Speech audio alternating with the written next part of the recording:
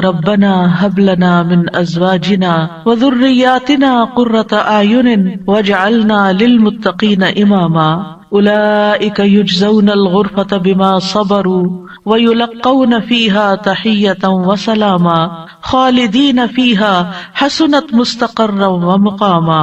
اور وہ لوگ جو کہتے ہیں اے ہمارے رب ہمیں اپنے ازواج اور اولاد کی طرف سے آنکھوں کی ٹھنڈک عطا فرما اور ہمیں متقی لوگوں کا امام بنا، یہی لوگ ہیں جو اپنے صبر کے بدلے جنت میں بالا خانے دیے جائیں گے اور وہ اس میں دعائے خیر اور سلام سے استقبال کیے جائیں گے، اس میں وہ ہمیشہ رہنے والے ہوں گے۔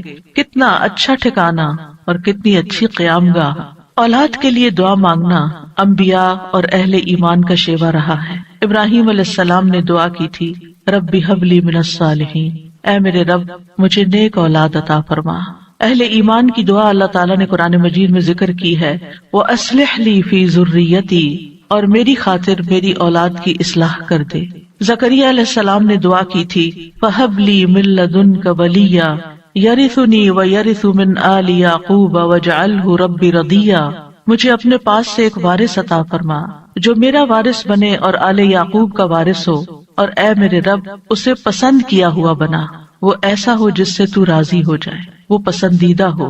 ابراہیم علیہ السلام نے دعا کی تھی رب اجعلنی مقیم الصلاۃ ومن ذریتی ربنا وتقبل دعا، اے میرے رب مجھے بھی اور میری اولاد کو بھی نماز قائم رکھنے والا بنا، اے رب میری یہ دعا قبول فرما۔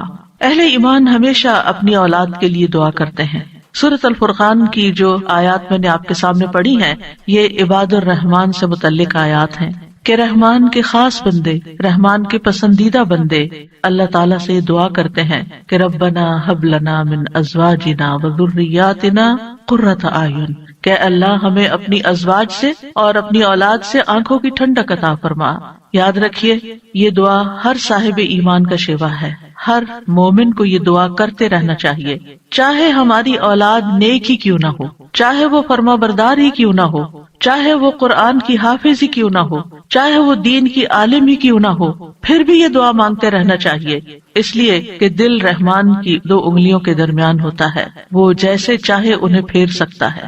ہمیں نہیں معلوم کہ آج اگر ہماری اولاد دین پر ہے تو کل اس کا مستقبل کیا ہوگا، اس لیے کبھی بھی اس بارے میں بے فکر نہیں ہونا چاہیے۔ نیک سے نیک ترین اولاد بھی ہو، تہجد گزار بھی ہو، صائم اور قائم ہو، لیکن پھر بھی دعا کرتے رہیں۔ اگر آپ کی اولاد نیک ہے تو آپ کی دعائیں ان کی نیکی میں استقامت اور اضافے کا سبب بنے گی، یعنی وہ مزید نیک بنے گی، ان کے اندر مزید استقامت آئے گی، اور پھر اسی طرح ان کا ایمان بھی بڑھے گا۔ اور اگر وہ نیک نہیں ہے اور اگر وہ آپ کی آنکھوں کی ٹھنڈک نہیں ہے تو اس دعا سے انشاءاللہ وہ آپ کی آنکھوں کی ٹھنڈک بنے گے۔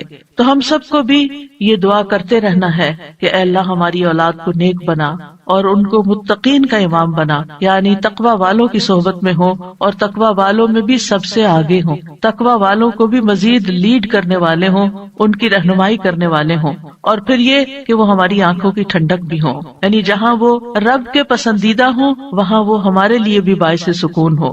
اس کے ساتھ ساتھ انسان کے لیے لازم ہے کہ وہ اپنی اولاد کی نیک تربیت بھی کرتا رہے، کیونکہ تربیت کی کوشش کرنا جو ہے ایک صبر آزما کام ہے۔ اسی لیے اس آیت کے بعد جو آیت آتی ہے اس میں صبر کرنے والوں کی جزا جنت میں غرفہ بتائی گئی ہے۔ عربوں کے ہاں گھر کے اندر جتنے بھی کمرے ہوتے ہیں ان میں سے سب سے بہترین کمرہ غرفہ کہلاتا ہے، یعنی سب سے اعلیٰ ترین درجہ۔ تو جنت میں بھی جب غرفہ کی بات ہے تو اس سے مطلب کوئی ہائی رائز بلڈنگ نہیں ہے، کیونکہ وہ ایک جگہ پر آتا نا کہ غرفات پر غرفات مبنیہ ہوں گے، تو اس سے مراد یہ ہے کہ جنت کے اعلیٰ ترین مقامات اللہ تعالیٰ ان کو عطا کرے گا جو صبر کے ساتھ تربیت بھی کرتے رہیں گے اور صرف اپنی تربیت اور اپنی کوشش کو کافی نہیں سمجھیں گے بلکہ اللہ تعالیٰ سے دعا بھی کریں گے۔ اور بہت دفعہ ایسا بھی ہوتا ہے کہ ہم تربیت میں پوری کوشش کر لیتے ہیں لیکن اس کا اثر اولاد میں نظر نہیں آتا، اولاد آپ کی ایکسپیکٹیشن پہ پوری نہیں اترتی، آپ جیسے ان کو دیکھنا چاہتے ہیں ویسے وہ نظر نہیں آتے۔ کیا ہم نوح علیہ السلام کی تربیت پہ کوئی شک کریں گے؟ ان کے 4 بیٹے تھے جن میں سے 3 بہترین بیٹے ثابت ہوئے، لیکن ایک بیٹا اپنے ہی راستے پر چل نکلا. اس میں انسان کی کوشش اگر ہو اور انسان کے بس میں ہو اولاد کی اصلاح تو وہ سبھی کو سیدھا کر کے رکھ دے، لیکن یاد رکھیے کوشش ہماری، دعا ہماری، اور اس میں اثر ڈالنے والا اور اس کو ہماری آنکھوں کی ٹھنڈک بنانے والا صرف اور صرف ہمارا رب ہے. اس لیے مومن صرف اپنی کوششوں پہ بھروسہ نہیں کرتا بلکہ وہ اپنے رب کو پکارتا رہتا ہے. اور پھر عام طور پر یہ ہوتا ہے کہ ہم اس دعا کو اپنی دعاؤں کا حصہ نہیں بناتے. ہاں، جب اولاد کی طرف سے کوئی تکلیف پہنچتی ہے، جب وہ ہماری کوئی بات نہیں مانتے یا ہمیں ناراض کرتے ہیں تو پھر ہمیں خیال آتا ہے کہ ہمیں دعا کرنی چاہیے کہ ان کی اصلاح ہو جائے اور یہ سیدھے ہو جائیں اور ہماری آنکھوں کی ٹھنڈک بن جائے. یاد رکھیے یہ صرف اولاد کے بگاڑ کے وقت کی دعا نہیں ہے بلکہ ہمیشہ یہ دعا کرتے رہنا چاہیے. اپنی روزمرہ زندگی کی خاص دعاؤں میں اس دعا کو شامل کر لیں. اپنی نمازوں میں، سجدوں میں، قبولیت کے اوقات میں اپنی اولاد کے لیے دعا کریں، کیونکہ اولاد انسان کی محبوب ترین چیزوں میں سے ہے. جن کو اللہ نے اولاد کی نعمت سے نوازا ہے وہ اچھی طرح سمجھ سکتے ہیں کہ ہماری زندگی میں اولاد کا کیا مقام ہے. یعنی جب تک انسان والدین نہیں بنتا، ماں باپ نہیں بنتا، وہ اس بات کو سمجھ ہی نہیں سکتا کہ اولاد کیا چیز ہوتی ہے. کیونکہ انسان زندگی میں مختلف چیزوں سے محبت کرتا ہے، مختلف چیزوں کے ساتھ انسان کا لگاؤ ہوتا ہے، مختلف کام یا مختلف چیزیں اس کو پسند آتی ہیں. لیکن جب ایک عورت ماں بنتی ہے، ایک مرد جو ہے وہ باپ بنتا ہے، تو اس کے بعد اس کی زندگی میں جو تبدیلی آتی ہے، اس کے بعد اس کی زندگی کے اندر جو خوبصورتی آتی ہے، اس کے بعد اس کی زندگی کا جو محور اور مرکز بن جاتا ہے اور اس کی تمام توجہ کا مرکز جو چیز بن جاتی ہے، اور دن رات کی یہ ڈیوٹی 24/7 کی ہوتی ہے. یعنی باقی چیزوں سے تو آپ کسی وقت الگ بھی ہو سکتے ہیں، مگر یہ وہ رشتہ ہوتا ہے کہ جس سے آپ پھر مرتے دم تک الگ نہیں ہو سکتے، کیونکہ وہ آپ کے جسم کا ایک حصہ ہوتا ہے. اور اللہ تعالیٰ آپ کے دل میں ہر چیز سے زیادہ ان کے لیے محبت ڈال دیتا ہے، اور ان کی خوشی آپ کو خوش کرتی ہے اور ان کا دکھ آپ کو دکھی کرتا ہے. اس لیے انسان کو ہمیشہ اپنی دعاؤں میں یہ خاص دعا کرتے رہنا چاہیے، اور قبولیت کے اوقات میں بھی، کیونکہ اولاد سے ملنے والی آنکھوں کی ٹھنڈک اسی وقت ہوتی ہے جب اولاد سیدھے رستے پر ہوتی ہے، جب اولاد نیک ہوتی ہے، اچھے کام کر رہی ہوتی ہے، تو پھر ہی ماں باپ کی آنکھوں کی ٹھنڈک ہوتی ہے. اور اس دعا کے دوسرے حصے میں اپنے لیے دعا ہے کہ اللہ ہمیں متقین کا امام بنا. یعنی اولاد جو ہے ہم اس کے ایک طرح سے امام ہوتے ہیں، جیسے حدیث میں آتا ہے نا، کلکم راعٍ وکلکم مسئول عن رعیتہ. تو ہر ایک ہم میں سے راعی ہے، ہر ایک لیڈر، ہر ایک ذمہ دار ہے. تو اللہ تعالیٰ ہمیں ماں باپ کی حیثیت میں ایسا رول ماڈل بنا کہ ہم متقی ہوں اور ہماری اولاد بھی متقی ہو. یعنی ہماری اولاد میں بھی نیکی ہو اور پھر ہم نیکی کے ساتھ آگے ان کی رہنمائی کرنے والے ہوں. اور ویسے جنرل سینس میں دیکھیں تو اس میں انسان کو ایک ہائیسٹ مقام حاصل کرنے کی دعا یہاں سکھائی گئی ہے، اور وہ کیا کہ انسان ایسا انسان ہو کہ جسے دیکھ کر لوگ متقی بن جائیں. یعنی دوسرے لفظوں میں یہ کہ نیکیوں میں سبقت کرنے والے ہوں، نیکیوں میں آگے بڑھنے والے ہوں، تاکہ دوسرے لوگ بھی ہمیں دیکھ کر نیک بن جائیں. مثلاً اگر ایک مرد اول وقت میں مسجد میں جا کر نماز پڑھتا ہے تو اس کے بچوں پر اس کا کیا امپریشن ہوگا. یعنی اگر باپ ذمہ دار ہے تو بچے بھی دیکھ کر کہیں گے کہ ہاں ہمیں بھی یہی کام کرنا ہے، کیونکہ بچے ابتدائی زندگی میں خاص طور پر باپ کو، ماں کو بہت فالو کر رہے ہوتے ہیں. پھر اسی طرح اگر آپ کا پڑوسی آپ کو دیکھتا ہے، آپ کے کولیگز آپ کو دیکھتے ہیں کہ آپ کی توجہ سب سے زیادہ کس چیز کی طرف ہے، تو وہ بھی آپ کی دیکھا دیکھی نیکی کے کام میں آگے بڑھتے ہیں. آپ صدقہ کرتے ہیں اور کوئی آپ کو دیکھ رہا ہے، آپ کا مقصد نہیں دکھانا لیکن کسی کو نظر آ جاتا ہے تو آپ کو دیکھ کر وہ بھی شروع کر دیتا ہے، تو آپ اس کے کیا بن گئے؟ امام. یعنی آپ لیڈ کر رہے ہیں، آپ آگے ہیں اور وہ آپ کو فالو کر رہے ہیں. تو ہمیں یہ دعا کرنی چاہیے اپنے لیے کہ اللہ ہمیں نیکی کے کاموں کا امام بنا، متقین کا امام بنا. تو یہاں ہم دیکھتے ہیں کہ یہ عباد الرحمن کی صفات میں سے ایک صفت ہے، اور وہ کہتے ہیں والذین یقولون ربنا ہب لنا. ہب کا لفظ جو ہے یہ ہبہ سے ہے، اور ہبہ کہتے ہیں بلا معاوضہ کوئی چیز دینا. یا رب ہم نے کچھ کیا نہیں لیکن تو اپنے پاس سے ہمیں عطا فرما، اپنی خاص رحمت سے ہمیں یہ عطا فرما. من ازواجنا، ازواج کا لفظ جو ہے یہ زوج سے ہے. جن اور حیوانات ان سب میں نر اور مادہ پایا جاتا ہے جو ہر ایک دوسرے کا زوج کہلاتا ہے. یعنی عورت کے لیے بھی یہ لفظ استعمال ہوتا ہے اور مرد کے لیے بھی استعمال ہوتا ہے. اگر مرد یہ دعا کریں گے تو اپنی بیویوں کے لیے کریں گے کہ ہماری بیویاں ہمارے لیے آنکھوں کی ٹھنڈک ہوں، اور اگر عورتیں یہ دعا کریں گی تو ان کے ازواج ان کے خاوند ہوں گے کہ ان کو ہمارے لیے آنکھوں کی ٹھنڈک بنا. اور ذریات سے مراد ذریت جو ہے صرف اولاد نہیں ہوتی، اولاد کی اولاد بھی ذریت کہلاتی ہے. کیونکہ آپ نے دیکھا ہوگا کہ جب آپ اپنی اولاد کے لیے دعا کرتے ہیں اور وہ کسی قابل ہوتی، بڑی ہوتی، پھر ان کے بچے پیدا ہوتے ہیں، تو بعض اوقات اپنے بچوں سے زیادہ بچوں کے بچے پیارے ہو جاتے ہیں. اور اگر وہ نیک بنتے ہیں تو ہمیں آنکھوں کی ٹھنڈک نصیب ہوتی ہے، اور اگر بچوں کے بچوں میں کوئی بگاڑ آ جائے تو آپ ایکولی دکھ اور تکلیف میں مبتلا ہو جاتے ہیں. تو اس لیے یہ بہت جامع دعا ہے کہ ہم صرف اپنے لیے نہیں، اپنے بچوں کے لیے نہیں، بلکہ اپنی نسلوں کے لیے دعا کر رہے ہوتے ہیں. تو ربنا ہب لنا من ازواجنا وذریاتنا، اور ذریات میں قرۃ اعین، آنکھوں کی ٹھنڈک. آپ کو معلوم ہے کہ آنکھیں ٹھنڈی بھی ہوتی ہیں اور گرم بھی ہوتی ہیں. آنکھوں سے جب آنسو بہتے ہیں، خوشی کے آنسو بہیں تو آنکھیں ٹھنڈی ہوتی ہیں، اور اگر غم کے آنسو ہوں تو آنکھیں گرم ہو جاتی ہیں. تو آنکھوں کی ٹھنڈک کا مطلب ہے خوشی، مسرت. اور پھر یہ کہ آنکھوں کی ٹھنڈک ہو تو انسان پرسکون رہتا ہے، نیند بھی سکون سے آتی ہے.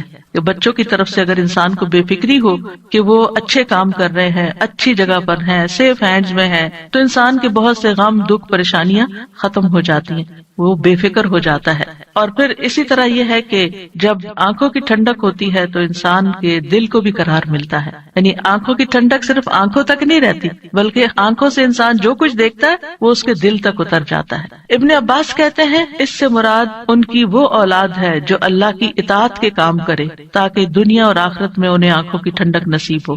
یعنی جو بچے نیک ہوتے ہیں وہ ماں باپ کے لیے ان کی زندگی میں بھی خوشی کا باعث ہوتے ہیں، اور جب ماں باپ فوت ہو جاتے ہیں تو وہ ان کے لیے صدقہ جاریہ بن جاتے ہیں. اور پھر جب قیامت کے دن اٹھیں گے اور اولاد اور والدین کو اللہ سبحانہ تعالیٰ جمع کر دے گا اپنی جنتوں میں، تو یہ وہاں بھی ان کو دیکھ دیکھ کر خوش ہوتے رہیں گے. obviously جو بچے ماں باپ کے ساتھ نہیں جا سکیں گے، جو ماں باپ کا دین چھوڑ گئے یا ان کا راستہ چھوڑ گئے یا نماز روزہ چھوڑ گئے، تو پھر ظاہر ہے کہ وہ بچے چاہے دنیا میں کتنے بھی کامیاب کیوں نہ ہوں، وہ آخرت میں ساتھ نہیں ہوں گے.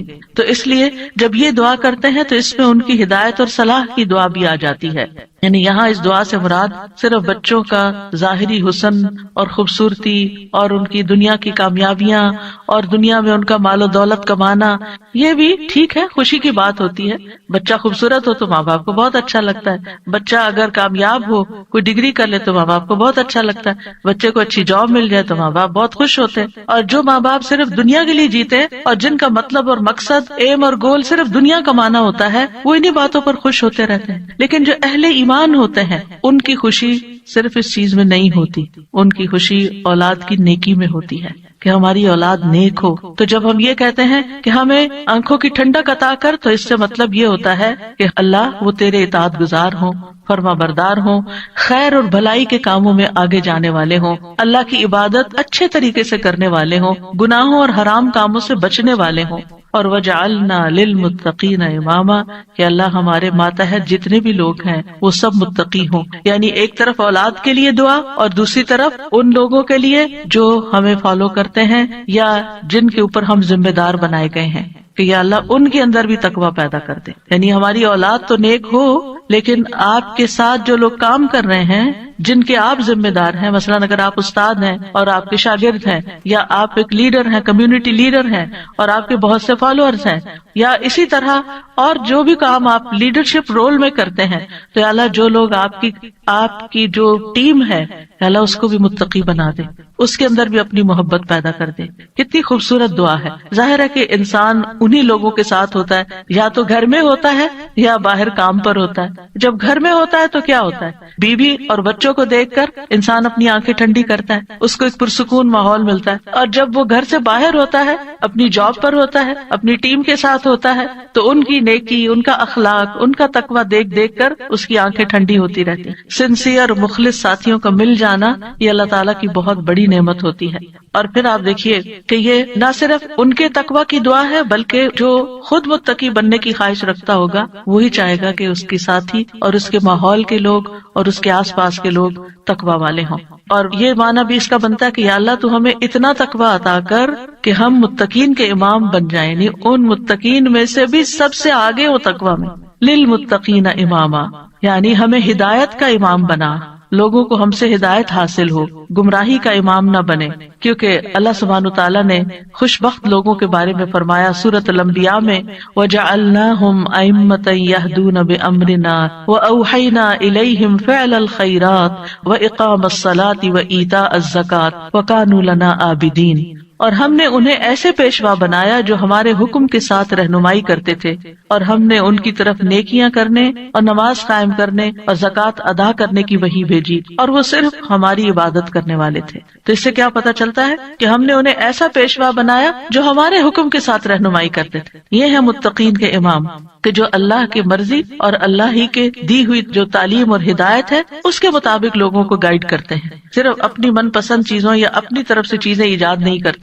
اور اہل شقاوت بدبخت لوگوں کے بارے میں آتا ہے وَجَعَلْنَاهُمْ أَئِمَّةً يَدْعُونَ إِلَى النَّارِ، ہم نے ان کو ایسے امام بنایا جو لوگوں کو آگ کی طرف بلاتے ہیں، جیسے فرعون تھا، قارون اور اس طرح کے لوگ کہ لوگ ان کو فالو کرتے تھے اور وہ خود بھی آگ کی طرف جانے والے، جیسے فرعون کے بارے میں آتا ہے يَقْدُمُ قَوْمَهُ يَوْمَ الْقِيَامَةِ فَأَوْرَدَهُمُ النَّارِ، کہ قیامت کے دن وہ اپنی قوم کو لیڈ کر رہا ہوگا اور انہیں آگ میں لے جا کے گرائے گا۔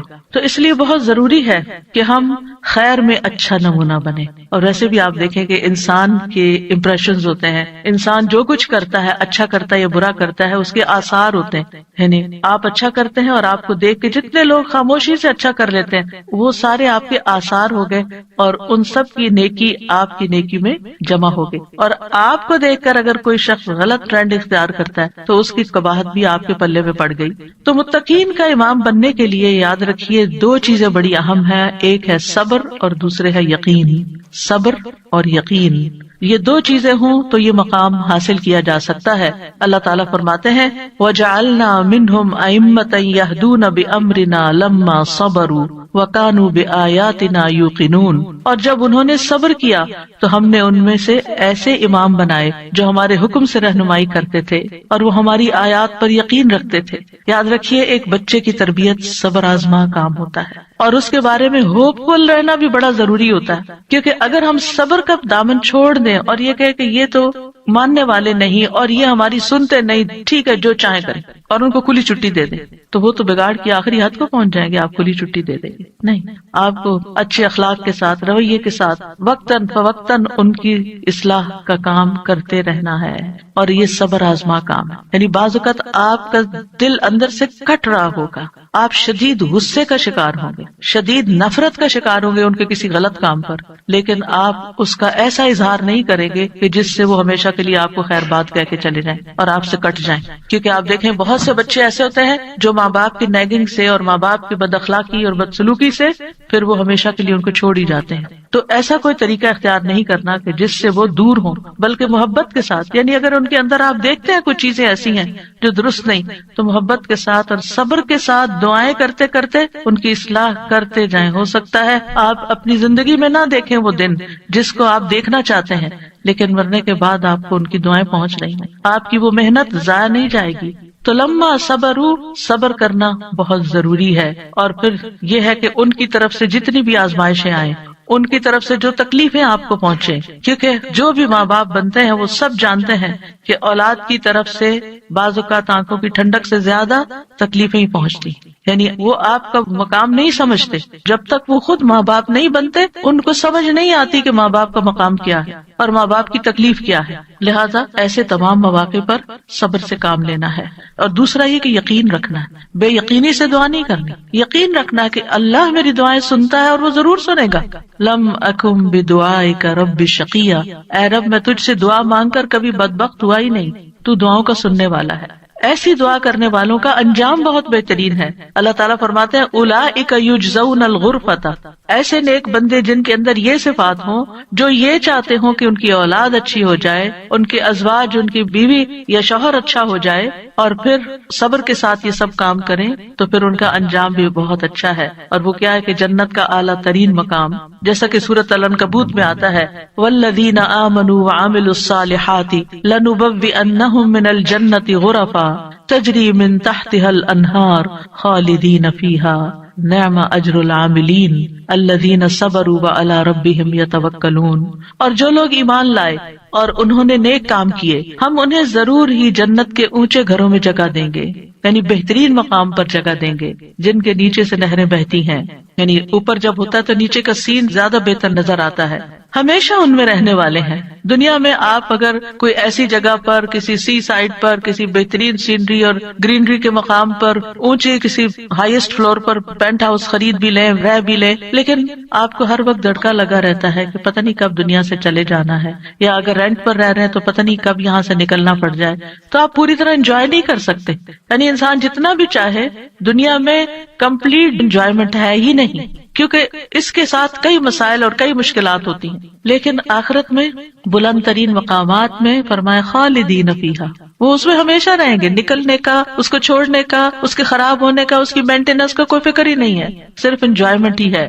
نعم اجر العاملین، لیکن یہ کس کو ملتا ہے؟ جو عمل کرتے ہیں، جو کام کرتے ہیں، جو محنت کرتے ہیں. کتنا اچھا اجر ہے عمل کرنے والوں کا. کون ہے وہ عمل؟ کیا دو عمل بتائے گئے؟ الذین صبروا وعلی ربہم یتوکلون، وہ جو صبر کرتے ہیں اور اپنے رب پر توکل کرتے ہیں، بھروسہ کرتے ہیں. اور اس کے علاوہ حدیث سے بھی اس مقام کو حاصل کرنے کی بات ہمیں پتہ چلتی ہے. نبی صلی اللہ علیہ وسلم نے فرمایا جنتی لوگ اپنے سے بلند کمرے والے کو، غرفہ والوں کو اپنے اوپر ایسے دیکھیں گے جیسے وہ دنیا میں چمکدار گہرے ستارے کو دیکھتے. اتنے بلند ہوں گے ان کے مقامات. آپ سوچئے کبھی آپ جب جہاز پر ونڈو سیٹ پر بیٹھے ہوتے ہیں تو آپ جب نیچے دیکھتے ہیں تو بعض بہت ہی خوبصورت مناظر نظر آتے ہیں. تو آپ سوچئے کہ جس کا گھر وہ ستارے کی جگہ پر ہو، اتنا بلند مقام اس کو مل چکا ہو، تو پھر اس کو کیا کچھ نظر نہیں آئے گا نیچے. فرمایا کہ جس طرح وہ دنیا میں چمکدار گہرے ستارے کو دیکھتے ہیں جو آسمان کے مشرقی یا مغربی کنارے میں بہت دور ہوتا ہے، ان میں سے ایک دوسرے سے افضل ہوگا. لوگوں نے عرض کیا یا رسول اللہ، یہ تو انبیاء کے محل ہوں گے جنہیں ان کے سوا اور کوئی نہ پا سکے گا. آپ نے فرمایا نہیں، اس ذات کی قسم جس کے ہاتھ میں میری جان ہے، یہ ان لوگوں کے لیے ہے جو اللہ پر ایمان لائے اور انبیاء کی تصدیق کی.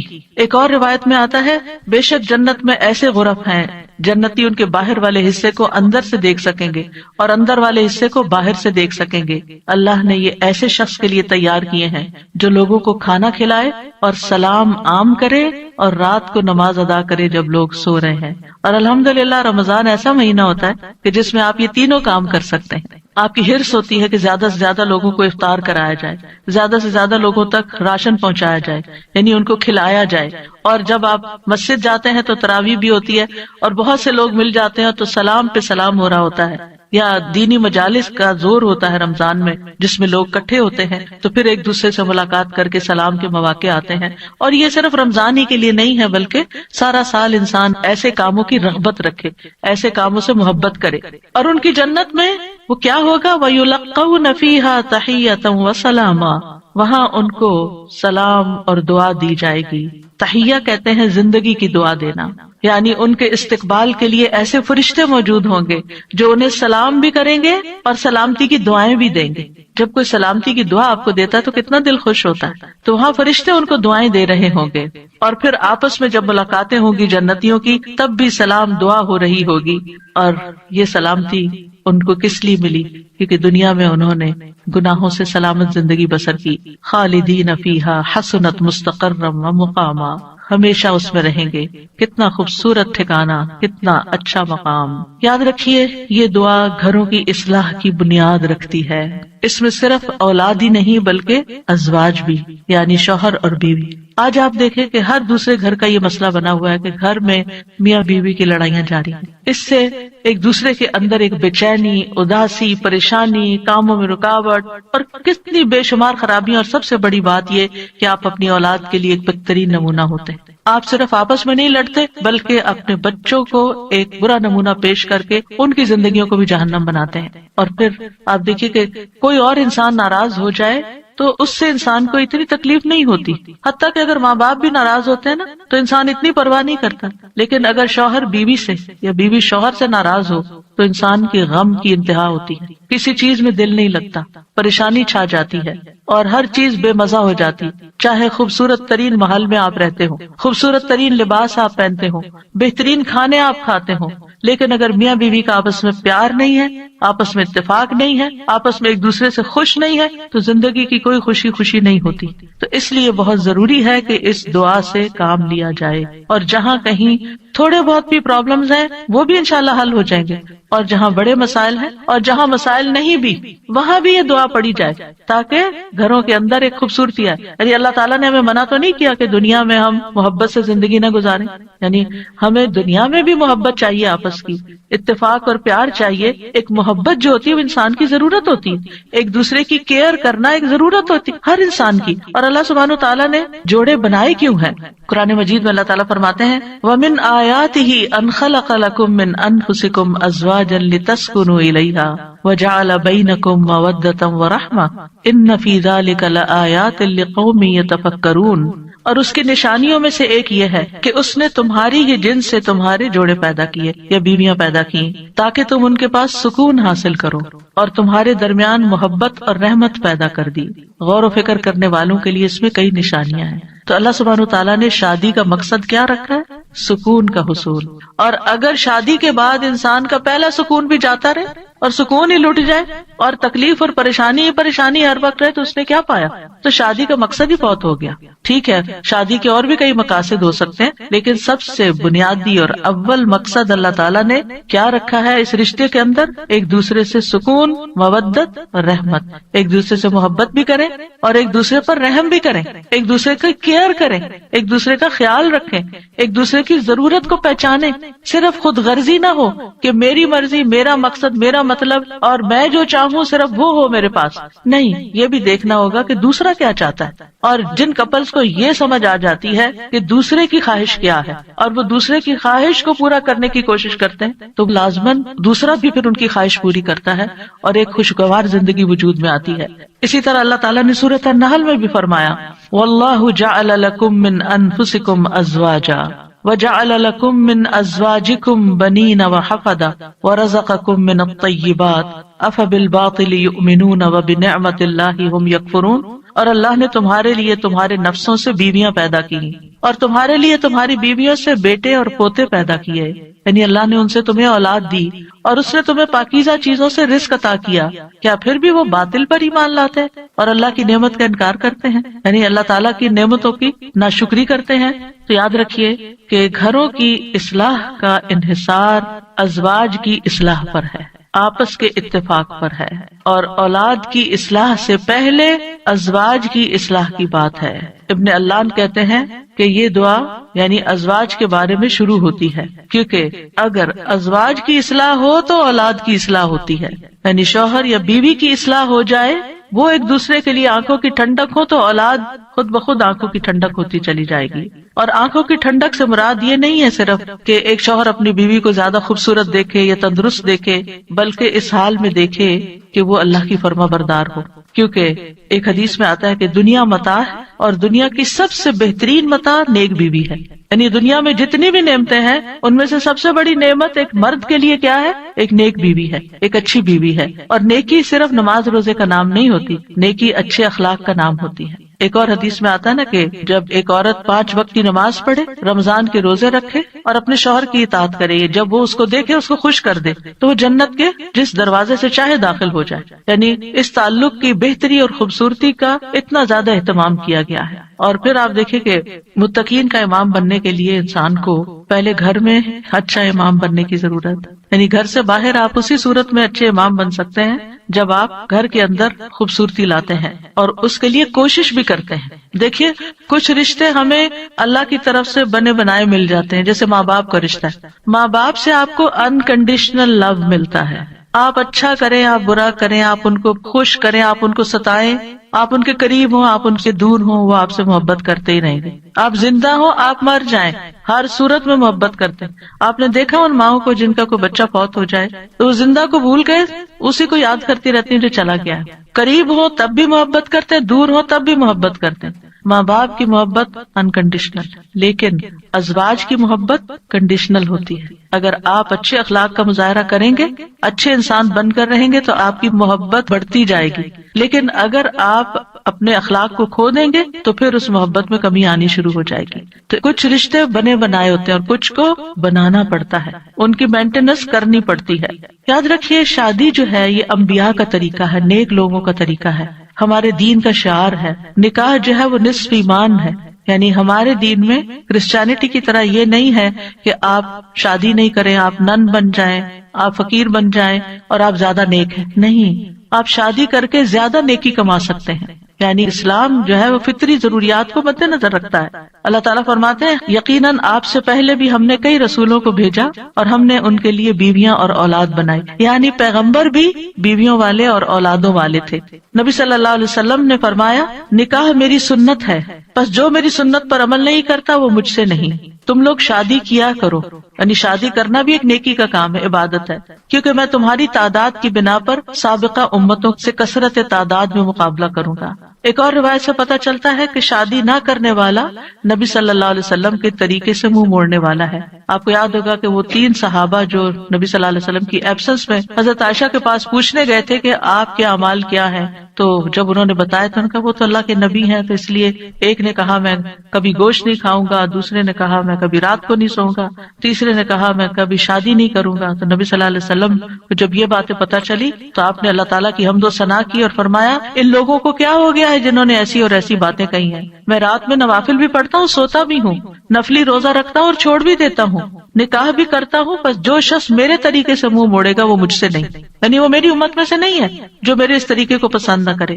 اللہ سبحانہ وتعالیٰ نے خود نکاح کی رغبت دلائی ہے. وَأَنكِحُوا الْأَيَامَ مِنكُمْ وَالصَّالِحِينَ مِنْ عِبَادِكُمْ وَإِمَائِكُمْ، اور اپنے میں سے بے نکاح مردوں اور عورتوں کا نکاح کر دو، اور اپنے غلاموں اور اپنی لونڈیوں میں سے جو نیک ہیں ان کا بھی.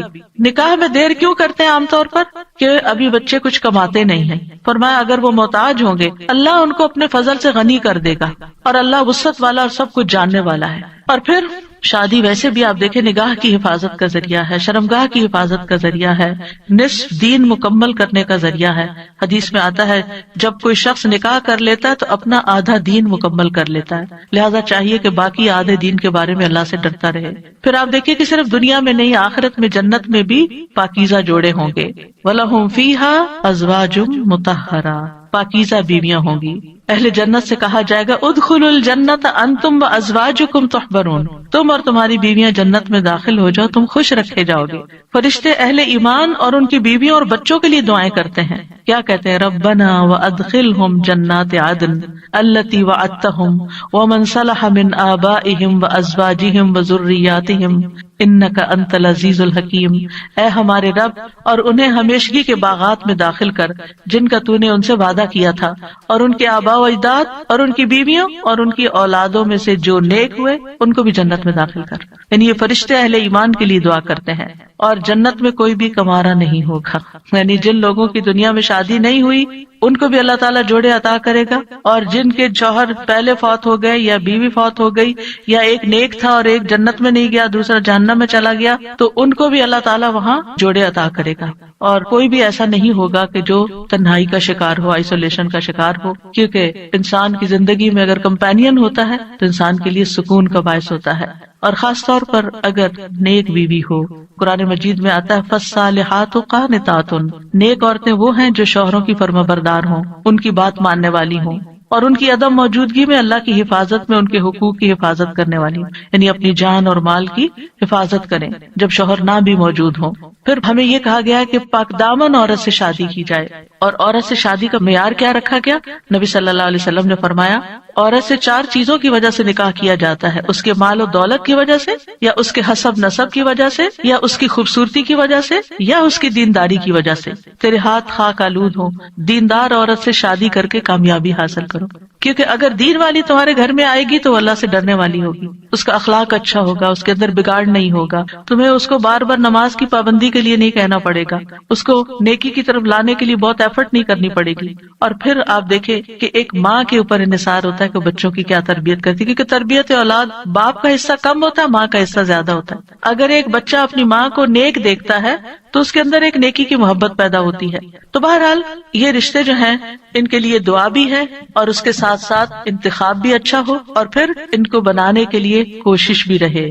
اللہ تعالیٰ مردوں کو حکم دیتے ہیں وَعَاشِرُوهُنَّ بِالْمَعْرُوفِ، عورتوں کے ساتھ بھلے طریقے سے زندگی بسر کرو، یعنی ان کے حقوق ادا کرو، اور ایک دوسرے سے محبت کرنا جو ہے یہ بھی دین کا حصہ ہے۔ عقبہ بن عامر کہتے ہیں میں نے رسول اللہ صلی اللہ علیہ وسلم کو یہ فرماتے ہوئے سنا کہ اسلام میں جائز لہو میں 3 چیزیں آتی ہیں: انسان کا اپنی بیوی کے ساتھ دل لگی میں مصروف ہونا، ہنسی مذاق کرنا، اپنے گھوڑے کی دیکھ بھال کرنا یعنی اس کے ساتھ ٹائم سپینڈ کرنا، اور تیر اندازی کرنا۔ بظاہر دیکھا جائے تو یہ ٹائم ویسٹر بھی ہو سکتے ہیں، لیکن یہ ہمارے دین میں ایک نیکی تصور کیے جاتے ہیں۔ یہ شغل جو ہے یا یہ ہابیز جو ہیں یہ پسندیدہ ہے۔ پھر یہ ہے کہ شوہر اور بیوی کو ایک دوسرے کا حق ادا کرنا ہے، کیونکہ یہ حقوق اللہ نے ایک دوسرے کے ذمے رکھے ہیں اور اللہ تعالیٰ قیامت کے دن پوچھے گا۔ بعض اوقات ایک بیوی یہ کہتی ہے کہ میں شوہر کا حق نہیں دیتی کیونکہ وہ بھی میری فلاں بات نہیں مانتا، یا شوہر یہ کہتا ہے میں بیوی کا حق نہیں دیتا کیونکہ میری وہ فلاں بات نہیں مانتی۔ نہیں، جب تک آپ اس رشتے میں ہیں دونوں کو ایک دوسرے کا حق دیتے رہنا چاہیے۔ اور کیوں دینا چاہیے؟ کہ اللہ کا حکم ہے، اس لیے نہیں کہ شوہر خوش ہوگا یا بیوی خوش ہوگی، اس لیے کہ میرے رب کا حکم ہے، اس لیے مجھے یہ کام کرنا ہے۔ اور جب آپ رب کو راضی کرتے ہیں تو رب بندوں کو بھی آپ سے راضی کر دیتا ہے۔ پھر اسی طرح یہ ہے کہ ایک دوسرے سے اچھے اخلاق کے ساتھ پیش آنا۔ نبی صلی اللہ علیہ وسلم نے فرمایا ایمان کے لحاظ سے کامل مومن وہ ہے جو اخلاق میں سب سے اچھا ہے، اور تم میں سے بہتر شخص وہ ہے جو اپنے گھر والوں کے لیے اچھا ہے، اور ایک روایت میں بیویوں کے لیے اچھا ہے۔ اس میں آپ دیکھیے کہ لوگ گھر سے باہر تو ہر ایک سے بڑا اچھا اخلاق رکھتے ہیں، لیکن گھر میں منہ بنا کے رکھتے ہیں، تو یہ اچھے اخلاق کی علامت نہیں۔ اللہ تعالیٰ نے جو کرائیٹیریا دیا ہے وہ کیا ہے کہ سب سے اچھا وہ ہے جس کا گھر میں اخلاق اچھا ہے۔ پھر اسی طرح یہ ہے کہ بد زبانی نہیں کرنی چاہیے۔ پھر بیوی کے ذمہ ہے کہ شوہر کی بات ماننے کے علاوہ شوہر کے مال اور اولاد کی حفاظت کرنے والی ہو، ان کو ضائع نہ کرے، صابر و شاکر ہو۔ شوہر کی ذمہ داری کیا ہے کہ گھر والوں پر خوشی سے خرچ کرے، اور نبی صلی اللہ علیہ وسلم نے فرمایا جو شخص اپنے اوپر خرچ کرتا ہے تاکہ وہ اس کے ذریعے لوگوں سے مانگنے سے بچے وہ اس کے لیے صدقہ ہے، یعنی آپ اپنی پرسنل نیڈز کے لیے اسپینڈ کرتے ہیں یہ بھی صدقہ ہے۔ جو شخص اپنی بیوی اور بچوں اور اپنے گھر والوں پہ خرچ کرتا ہے وہ بھی صدقہ شمار ہو جاتا ہے، یعنی شوہر کے نامہ اعمال میں وہ نیکی لکھی جاتی ہے کہ یہ اپنی بیوی پر بچوں پر خرچ کرنے والا ہے۔ پھر اسی طرح اچھے گزران کا اصول کیا ہے کہ ایک دوسرے کی اچھی عادتوں پر نظر رکھی جائے اور بری عادتوں کو اگنور کیا جائے۔ اگر ہم نے یہ ایکویشن بدلی کہ بری عادتوں کو ہر وقت ہائی لائٹ کیا، تم یہ نہیں کرتی، تم یہ نہیں کرتے، تم یہ نہیں کرتی، تم یہ نہیں کرتے، تو پھر زندگی جہنم بن سکتی ہے۔ کیونکہ ہر وقت اگر انسان اسی میں کڑتا رہے کہ اس شخص میں کیا خرابی ہے، کیا نہیں ہے، کیا کون سی برائی ہے، کون سی غلط عادت ہے، اور اسی پر لڑائی جھگڑا کرتا رہے، تو زندگی میں انجوائمنٹ نہیں رہتی۔ بلکہ اس کے برعکس نبی صلی اللہ علیہ وسلم نے یہ فرمایا کوئی مومن شخص کسی مومن عورت سے بغض نہ رکھے، یعنی بیوی سے نفرت نہیں کرنی چاہیے۔ اگر عورت کی ایک عادت ناپسند ہوگی تو کوئی دوسری عادت پسند ہوگی، تو کیا مطلب ہے کہ ناپسند بات کو چھوڑو، جو پسندیدہ ہے اس پر نظر رکھو۔ پھر اسی طرح یہ ہے کہ نیک اولاد کے لیے بھی کوشش کے علاوہ اور دعائیں بھی ہمیں سکھائی گئی ہیں، جیسے ان کی پیدائش سے پہلے ہی دعا کرنا، ربی ہب لی من الصالحین، اے میرے رب مجھے نیک اولاد عطا کر۔ یعنی ابھی اولاد ہوئی نہیں لیکن پہلے سے ہی دعا مانگنا شروع ہو جائے انسان کہ اللہ مجھے نیک اولاد دینا۔ اور پھر یہ کہ شادی کے وقت ایسی عورت کا انتخاب کرنا جس کے اندر بچے پیدا کرنے کی صلاحیت ہو، کیونکہ نبی صلی اللہ علیہ وسلم نے اس بات کا حکم دیا کہ محبت کرنے والی اور زیادہ بچے پیدا کرنے والی عورت سے شادی کرو، یعنی یہ ہمارے دین میں پسندیدہ چیز ہے۔ پھر اسی طرح شادی سے ملنے والی جو نیک اولاد ہے اس کا فائدہ کیا ہے کہ وہ مرنے کے بعد والدین کے لیے دعائیں کرتی ہے اور ماں باپ کے لیے صدقہ جاریہ بن جاتی ہے، اور یہ والدین کی درجات کی بلندی کا ذریعہ بنتا ہے۔ جہاں تک اولاد کی تربیت کا تعلق ہے تو اولاد کے بارے میں سوال ہوگا، یعنی ماں باپ دونوں سے پوچھا جائے گا کہ انہوں نے ان کی تربیت میں کیا کوشش کی۔ پھر اسی طرح اولاد کا پہلا حق کیا ہے؟ حدیث میں آتا ہے نبی صلی اللہ علیہ وسلم نے فرمایا اپنے نطفوں کے لیے اچھی عورت کا انتخاب کرو، یعنی نیک عورت کا انتخاب کرو، اور دین میں ہم پلہ عورتوں سے نکاح کرو، اور ہم پلہ مردوں کو اپنی بیٹیوں کا نکاح کر کے دو۔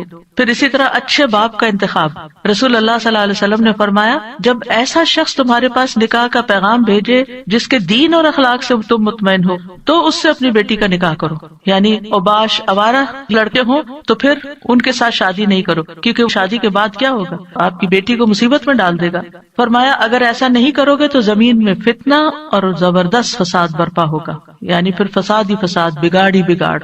پھر اسی طرح ولادت سے پہلے شیطان سے حفاظت کی دعا سکھائی گئی کہ جب شوہر بیوی ایک دوسرے سے ملیں تو دعا پڑھیں، جیسے حضرت مریم کی والدہ نے دعا پڑھی تھی وَإِنِّي أُعِيذُهَا بِكَ وَذُرِّيَّتَهَا مِنَ الشَّيْطَانِ الرَّجِيمِ۔ کتنی خوبصورت دعا ہے کہ اللہ میں اس بچی کو بھی اور اس کی آئندہ آنے والی ذریت کو بھی تیری پناہ میں دیتی ہوں شیطان سے بچا کر۔ پھر یہ کہ بچوں کو سب سے پہلے توحید سکھانی چاہیے، بچپن سے ہی بچوں کے اندر اللہ کا ڈر پیدا کرنا چاہیے، دین کی تعلیم سیکھنے میں رغبت دلانی چاہیے، اچھے اخلاق کی تعلیم دینی چاہیے، ہر چیز کے مینر سکھانے چاہیے، اور پھر اس کے لیے اگر سرزنش بھی کرنی پڑے، ڈانٹنا بھی پڑے تو اس میں بھی کوئی حرج نہیں ہے۔ اپنے ساتھ نیک کاموں میں شامل کرنا چاہیے، جیسے ابراہیم علیہ السلام نے کیا کیا تھا، کعبہ کی تعمیر میں کس کو ساتھ شامل کیا تھا؟ اسماعیل علیہ السلام۔ پھر اولاد کے درمیان عدل کرنا چاہیے، بچوں سے پیار کرنا چاہیے، کچھ ماں باپ بچوں سے پیار نہیں کرتے، ایسے والدین کی مذمت کی گئی ہے۔ پھر اولاد کے بالغ ہو جانے کے بعد ان کی شادی بھی کرنی چاہیے، یعنی اس بات کی بھی فکر ہونی چاہیے۔ ابن عباس کہا کرتے تھے جس کو اللہ بیٹا عطا کرے اس کو چاہیے کہ اس کا اچھا نام رکھے، اس کی اچھی تربیت کرے، جب وہ بالغ ہو تو اس کی شادی کر دے۔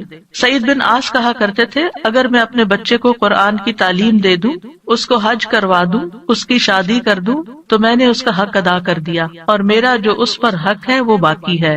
یعنی بچوں کے اوپر حق پھر بھی باقی رہے، لیکن ماں باپ نے اپنا فرض پورا کر دیا اگر یہ 3 کام کر لیے۔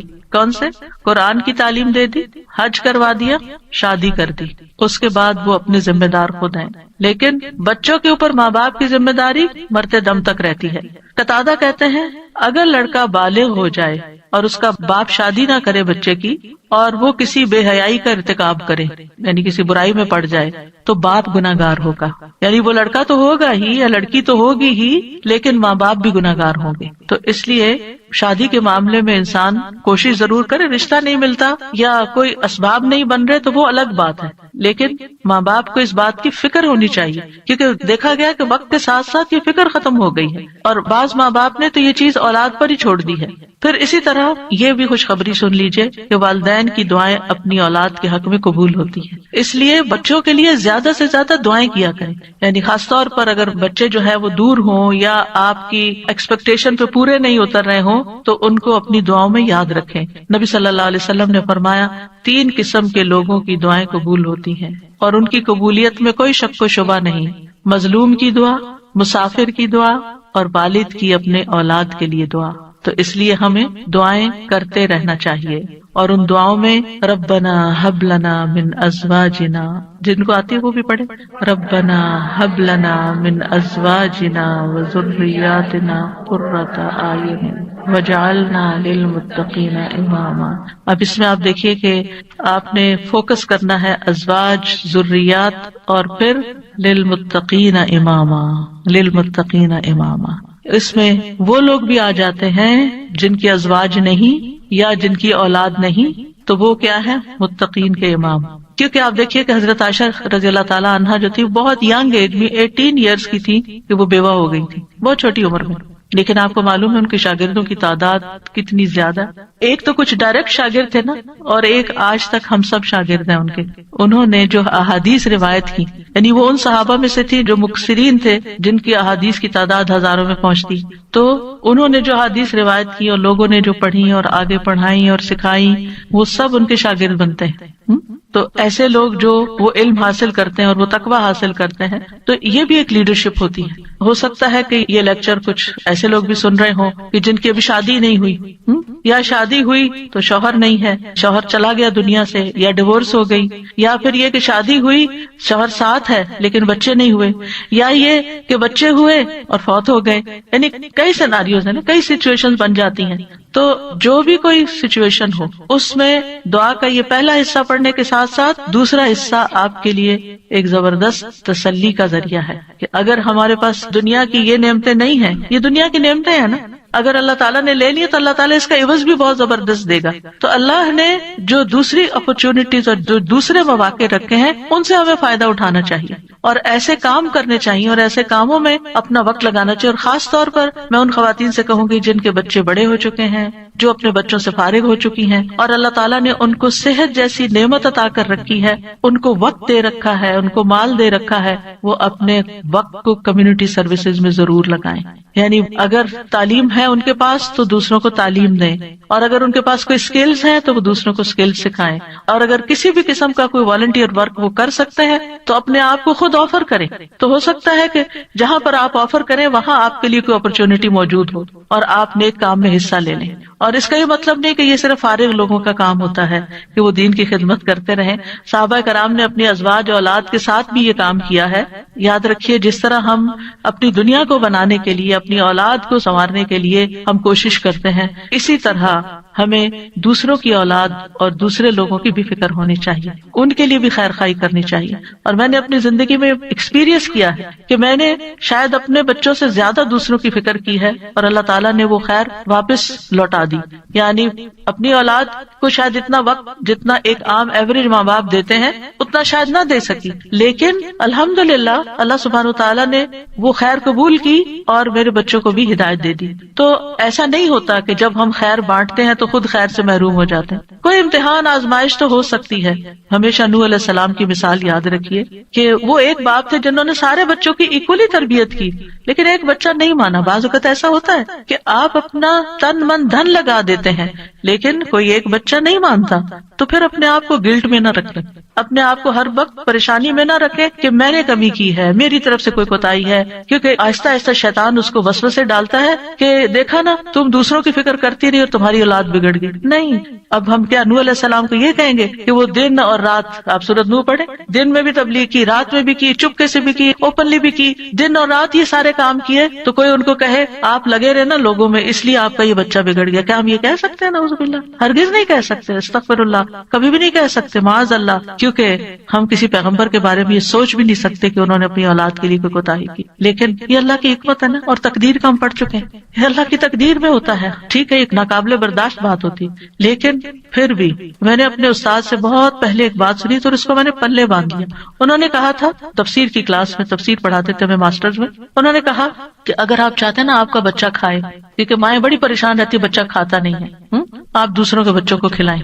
آپ کا بچہ دودھ نہیں پیتا، آپ بچوں میں دودھ بانٹیں. آپ کا بچہ سیکھتا نہیں، تعلیم نہیں آ سکتا، آپ اوروں کے بچوں کو پڑھائیں. جو خیر آپ دوسروں کو دیں گے وہ خیر آپ پر واپس آئے گی. ان احسنتم احسنتم لانفسکم، یہ نہیں ہو سکتا کہ آپ دوسروں کے لیے بھلا کریں اور اللہ تعالیٰ آپ کو چھوڑ دے.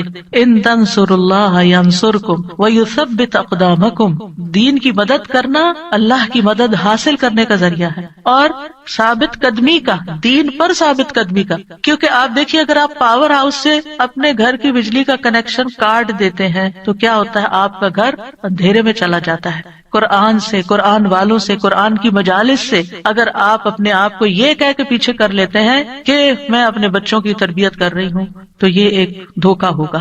کیونکہ ایسے بچوں کی تربیت نہیں ہوتی. اگر آپ کا دل خالی ہے اور آپ کے اندر ایمان بھرا ہوا نہیں ہے، اگر آپ کے اندر یقین نہیں ہے، اگر آپ ایک اچھے رول ماڈل نہیں ہے، اور یہ ساری چیزیں آپ کو قرآن سے جڑے رہنے سے ملتی ہیں، قرآن والوں سے جڑے رہنے سے ملتی ہیں، تو پھر آپ اپنے بچے کی تربیت خالی خولی کہاں سے کریں گے؟ آپ 24 گھنٹے بھی اپنے بچے پہ اینک لگا کے رکھے نا کہ میں اس پہ توجہ کر رہی ہوں، ہدایت پھر بھی اللہ نے دینی. لیکن جب آپ اللہ کا کام کریں گے تو انشاءاللہ اللہ تعالیٰ آپ کے بچوں کو ضرور ہدایت دے، وہ آپ کو تنہا نہیں چھوڑے گا. اور اگر پھر بھی ان کو ہدایت نہیں ملتی تو معلوم نہیں اللہ کی کیا حکمت ہے جو ہمیں نہیں پتا. ہمیں نہیں پتا، ہو سکتا ہے کسی ایک بچے کی تکلیف ہمارے اللہ کے ساتھ جڑے رہنے کا ذریعہ بن جائے. بعض اوقات ایسا ہوتا ہے نا کہ ساری نعمتیں ملی ہوتی، سارے بچے بہت آؤٹ اسٹینڈنگ ہوتے ہیں، ایک بچہ پڑھ کے ہی نہیں دیتا. میری اپنی ایک رشتے دار ہے ماشاءاللہ 6 بچے ان کے، 5 ڈاکٹر ہیں، ایک نہیں بنی. تو اب اللہ کی مرضی نا، باپ بھی ڈاکٹر، سارا گھرانہ ڈاکٹرز کا، لیکن جو نہیں بنی اب وہ سارا وقت اپنے آپ کو کوسے، شاید میں نے اس کی تربیت میں کوئی کمی کی، شاید میں نے اس کو صحیح سے نہیں پڑھایا. نہیں بھائی، اس کی نہیں تھی دلچسپی. ہر کوئی ڈاکٹر نہیں بننا چاہتا، ہر کوئی دین کا عالم نہیں بننا چاہتا، ہر کوئی وہ کام نہیں کرنا چاہتا جو آپ اس کے لیے سجیسٹ کر رہے ہیں. اس کی اپنی ایک سوچ ہے، اس کی اپنی ایک رائے ہے. تو اس میں بچوں کو مارجن بھی دیں، اس میں تھوڑی سی آزادی بھی دیں اور ان کے لیے خوب دعائیں کریں. کیونکہ جب ہماری زندگی میں کوئی مشکل آ جاتی ہے نا، کوئی آزمائش آ جاتی ہے، تو پھر کیا ہوتا ہے، ہم اللہ سے اور قریب ہو جاتے ہیں. بعض اوقات پتہ کیا ہوتا ہے، ہم نماز کے ساتھ چند نوافل پڑھ لینا ایکسٹرا، اور چند نفلی روزے رکھ لینا، اور حج کے ساتھ عمرہ بھی کر لیں، پھر ہم اپنے آپ کو کیا سمجھنے لگتے ہیں، ہم بہت نیک ہو گئے، ہم نے بہت اچھے اچھے کام کر لیے.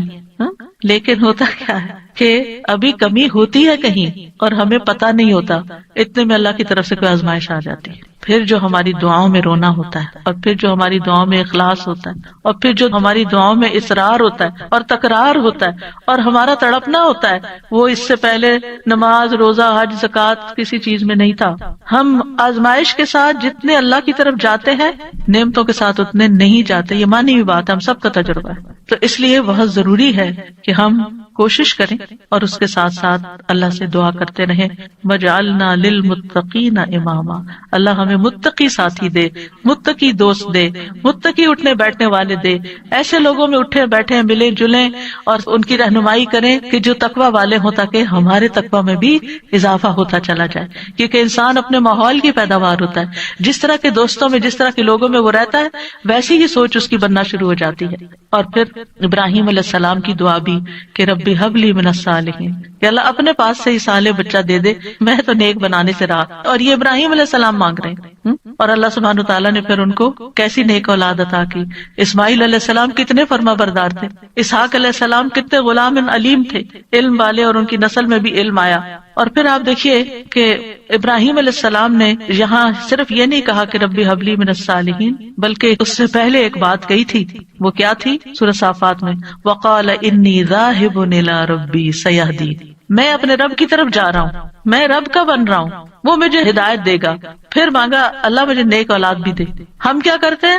ہم خود تو نیک بنتے نہیں، انی ذاہب الی ربی کرتے نہیں، نہ نیکی کی طرف جاتے ہیں، نہ نیک کام کرتے ہیں، نہ دین کا کام کرتے ہیں، اور پھر ہم کہتے ہیں اللہ مجھے نیک اولاد دے، میری اولاد کو نیک بنا دے۔ یہ کیسے ہوگا؟ پہلے آپ خود تو بنے، پہلے آپ خود تو وہ کام کریں کہ جو آپ کو کر کے دکھانے ہیں بچے کو کہ ایسے نیک کام کرتے ہیں۔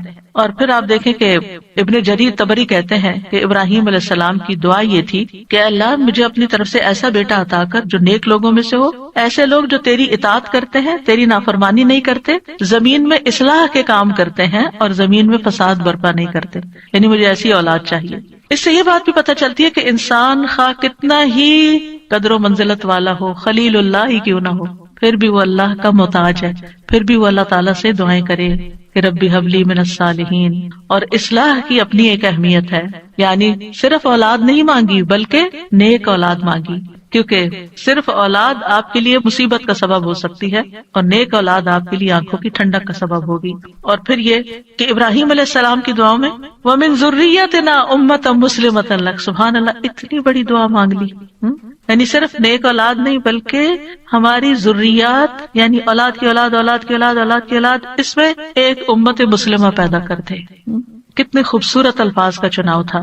پہلے حبلی کہا، اللہ تحفہ چاہیے تیری طرف سے، ہدیہ چاہیے، ہبہ چاہیے، میں نے کچھ نہیں کیا، مجھے تیری طرف سے عنایت چاہیے کہ تو مجھے ایسا بیٹا عطا کر دے کہ جس کے اندر فطرت میں اندر خیر ہو، اندر نیکی ہو، اور بڑا ہو کے وہ اچھے کام کرے۔ اور پھر صرف یہ نہیں، وَمِن ذُرِّيَّتِنَا أُمَّةً مُسْلِمَةً لَكَ، اللہ ہماری اولاد میں سے ایسے لوگ پیدا کر جو تیرے فرما بردار مُسْلِمَةً لَكَ ہوں۔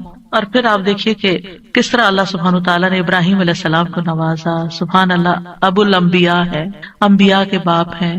اور پھر آپ دیکھیے کہ جتنے بھی الہامی مذاہب ہیں، کرسچینٹی ہے یا جوڈازم ہے، اسلام ہے، ان سب کے وہی لیڈر ہیں۔ اللہ تعالیٰ نے کہا تھا نا، انی جاعلک للناس اماما، یا ابراہیم میں تمہیں لوگوں کا امام بنانے والا ہوں۔ اور کس طرح پھر اللہ تعالیٰ نے ان کو امام بنایا۔ پھر اسی طرح اگر اولاد نہ ہوتی ہو تو پھر یہ دعا کرتے ہیں، رب لا تذرنی فردا وانت خیر الوارثین، اے میرے رب تو مجھے اکیلا نہ چھوڑ، تو ہی سب وارثوں میں سے بہتر وارث ہے۔ یہ زکریا علیہ السلام کی دعا تھی کہ رب لا تذرنی فردا وانت خیر الوارثین، تو اللہ نے دعا قبول کر لی۔ فاستجبنا لہ ووہبنا لہ یحییٰ، ہبہ ہے یہاں بھی، اور ہم نے اس کو یحییٰ عطا کیا۔ واصلحنا لہ زوجہ، اور اس کی بیوی کی اصلاح کر دی۔ کیوں؟ انہم کانوا یسارعون فی الخیرات، کیونکہ وہ نیکیوں میں سبقت کرتے تھے، نیکیوں میں دوڑ دوڑ کے جاتے تھے۔ ویدعوننا رغبا ورہبا، اور وہ ہمیں رغبت اور رہبت، امید اور خوف کے ساتھ پکارتے تھے۔ وکانوا لنا خاشعین، یہ تین چیزیں دعاؤں کی قبولیت کا ذریعہ ہیں۔ نیکی کے کاموں میں تیز جانا، جلدی کرنا، سستی نہ کرنا. یسارعون، سرعت سے ہے یہ لفظ کہ ان انبیاء کی دعائیں کیوں قبول ہوئی؟ کیونکہ وہ نیکی کے کاموں میں تیزی دکھاتے تھے. دوسرے دعائیں کرتے تھے. وَيَدْعُونَنَا رَغَبًا وَرَهَبًا، یعنی کوشش بھی کرنی ہے، بھاگنا بھی ہے اللہ کی طرف، اور دوسرے دعائیں کرنی ہے. اور تیسرے تکبر میں نہیں آنا. وَكَانُوا لَنَا خَاشِعِينَ، وہ ہمارے لیے خشوع کرنے والے تھے. ابن قیم کہتے ہیں نیک اعمال کرنا اور اس کی طرف سبقت لے جانا دعا کی قبولیت کے بڑے اسباب میں سے ہے، اسی لیے اللہ تعالیٰ نے ان کی دعائیں قبول کر لی. پھر ایک اور دعا ہے جو حضرت زکریا علیہ السلام نے ہی مانگی، رب ہب لی من لدنک ذریۃ طیبہ انک سمیع الدعاء، اے میرے رب مجھے اپنی طرف سے نیک اور پاکیزہ اولاد عطا فرما، بے شک تو ہی دعائیں سننے والا ہے. یعنی ہبہ وہ ہوتا ہے نا جو بغیر معاوضے کے خوش دلی اور احسان کے طور پر کسی کو کوئی چیز دے دی جائے. یعنی ایک ہبہ ہوتا ہے کہ ہدیہ ہوتا ہے، ایک صدقہ ہوتا ہے. تو صدقہ وہ ہوتا ہے جس سے آخرت کا اجر و ثواب چاہیے، اور ہدیہ وہ ہوتا ہے جس سے تحفہ دینے والے اور جس کو تحفہ دیا گیا اس کے درمیان محبت پیدا کرنا مقصود ہوتا ہے. یعنی ہدیہ محبت کے لیے ہوتا ہے، اور ہبہ جو ہے وہ کسی مقصد کے لیے ہوتا ہے. ہبہ وہ چیز ہوتی ہے کہ جس کو ہبہ کی جاتی ہے صرف اس کا فائدہ مطلوب ہوتا ہے. ٹھیک ہے، مطلب یہ تھا کہ اے اللہ مجھے اپنے پاس سے ایسا ہدیہ دے جو بغیر کسی عوض کے، میری بغیر کسی کوشش اور محنت کے ہو، تو بس تو آپ عطا کر دے. من لدن کا، اپنے پاس سے دے دے، کیونکہ تیرے پاس تو سب کچھ ہے. اور پھر ذریۃ طیبہ دے جو اپنے اقوال و افعال میں پاک ہو، جسموں میں پاک ہو.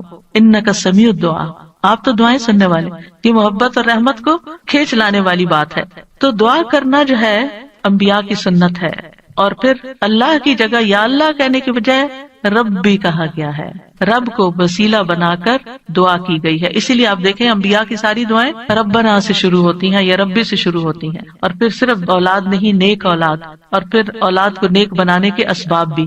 اور پھر یہ یقین کہ دعا تقدیر کو بدل دیتی ہے. حضرت زکریا انتہائی بوڑھے تھے لیکن انہوں نے یقین سے دعا کی. اور پھر ابراہیم علیہ السلام کی دعا، رب اجعلنی مقیم الصلاۃ ومن ذریتی ربنا وتقبل دعا، اے میرے رب مجھے بھی اور میری اولاد کو بھی نماز قائم رکھنے والا بنا. اے میرے رب میری یہ دعا قبول فرما. ربنا اغفر لی ولوالدی وللمؤمنین یوم یقوم الحساب، اے ہمارے رب مجھے اور میرے والدین اور تمام مومنوں کو اس دن معاف فرما دے جب حساب لیا جائے گا. رب اوزعنی ان اشکر نعمتک التی انعمت علی وعلی والدی وان اعمل صالحا ترضاہ واصلح لی فی ذریتی. یہ بھی اولاد کے لیے دعا ہے کہ اللہ میری ذریت کی اصلاح کر دے، میری ذریت کو نیک بنا دے. انی تبت الیک، میں تیری طرف واپس پلٹتا ہوں، توبہ کرتا ہوں. وانی من المسلمین، اور بلا شبہ میں فرما بردار ہوں. اور ربنا واجعلنا مسلمین لک ومن ذریتنا امۃ مسلمۃ لک وارنا مناسکنا وتب علینا انک انت التواب الرحیم. اے ہمارے رب ہم دونوں کو، یعنی ابراہیم اور اسماعیل علیہ السلام نے مانگی تھی دعا، اپنا فرما بردار بنا لے، اور ہماری اولاد میں سے ایک جماعت پیدا کر جو تیری فرما بردار ہو، اور ہمیں اپنی عبادت کے طریقے بتلا اور ہماری توبہ قبول فرما. بے شک تو بڑا توبہ قبول کرنے والا، نہایت رحم کرنے والا ہے. اور پھر آپ دیکھیے کہ کس طرح اللہ سبحانہ وتعالیٰ نے وہ دعا قبول کی اور محمد صلی اللہ علیہ وسلم ان کی اولاد میں پیدا ہوئے، اور پھر ان سے امت مسلمہ پیدا ہوئی. تو یہ دعا جو ہے اس کی قبولیت میں بہت عرصہ لگا تھا لیکن قبول ہوئی. تو اس لیے انسان کو مایوس نہیں ہونا چاہیے. اور اسی طرح یہ دعا جو مسنون دعا ہے، اللہم انی اعوذ بک من جار السوء ومن زوج تشیبنی قبل المشیب ومن ولد یکون علی ربا یا ربا ومن مال یکون علی عذابا ومن خلیل ماکر عینہ ترانی وقلبہ یرعانی ان رأى حسنة دفنها واذا رأى سیئة اذاعها. اے اللہ میں تیری پناہ طلب کرتا ہوں برے پڑوسی سے، برا نیبر نہیں ہو، اور ایسے ساتھی سے، زوج سے، شوہر یا بیوی ایک دوسرے کے لیے، جو مجھے بڑھاپے سے پہلے بوڑھا کرتے یعنی پریشان کر کر کے، اور ایسی اولاد سے جو مجھ پہ آقا بن بیٹھے یعنی مجھ پہ اپنا حکم چلائے، ایسے مال سے جو میرے لیے عذاب کا باعث بن جائے، یعنی کئی دفعہ مال انسان کے لیے مصیبت بن جاتا ہے، ایسے چال باز دوست سے جس کی آنکھیں مجھے دیکھ رہی ہوں اور جس کا دل میری نگرانی کرتا ہے، یعنی وہ میرے عیبوں کو ہی دیکھتا رہے اور میرے حالات کا جائزہ لیتا رہے، اور وہ میری ہر نیکی کو دباتا جائے اور برائی کو نشر کرے۔ کچھ ایسے بھی لوگ ہوتے ہیں نا آپ کے آس پاس کہ جو آپ کو اپنا دوست بتاتے ہیں، یعنی آپ کے لیے اپنی دوستی ظاہر کرتے ہیں، لیکن وہ آپ کی ہر نعمت سے جلتے ہیں اور آپ کی ہر خرابی سے خوش ہوتے ہیں، اور آپ کے اندر کوئی کمی بیشی ہو تو جا کے دوسروں میں نشر کر دیتے ہیں۔ تو یہاں 5 چیزوں کی برائی سے بچنے کی دعا کی گئی ہے: برا پڑوسی، بد اخلاق مرد یا عورت، نافرمان اولاد، عذاب بننے والا مال، اور چال باز دوست۔ تو بہرحال یہ تھا آج کا ہمارا پروگرام۔ وآخر دعوانا ان الحمد للہ رب العالمین۔